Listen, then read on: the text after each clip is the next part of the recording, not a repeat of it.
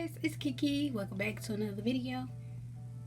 In today's video, I have a haul from Hobby Lobby, and I picked up an item from Dollar Tree and Family Dollar. So let's get started with Hobby Lobby. So as you can see, I purchased this pie boxes for the fall. Purchased the fall party favor boxes here.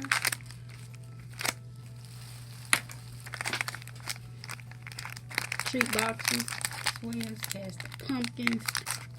So I got that. I got these place cards. We'll purchase these place cards, and they just have the leaves on them in the different colors.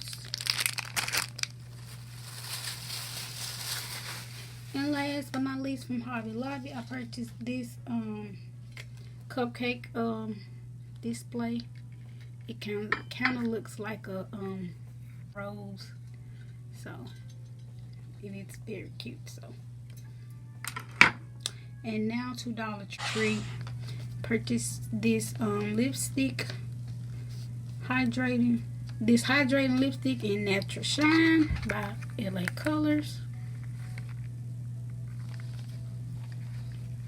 And from Family Dollar Store, I purchased the LA Colors short length bling nails, fashion nails.